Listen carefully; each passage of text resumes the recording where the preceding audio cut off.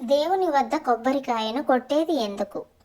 సర్వదేవతలను పూజించే సమయాల్లోనూ, యజ్ఞ హోమాదుల్లోనూ, కొన్ని శుభకార్యాలలోనూ కొబ్బరికాయను కొట్టడం తప్పనిసరి.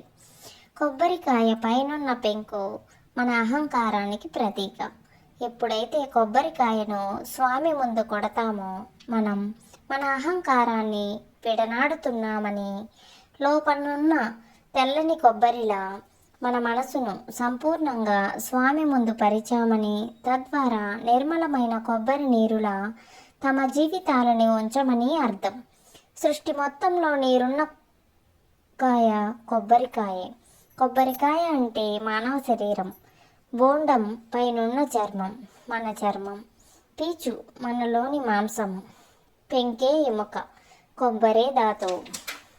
అందులోని కొబ్బరి నీరు మన ప్రాణాధారం.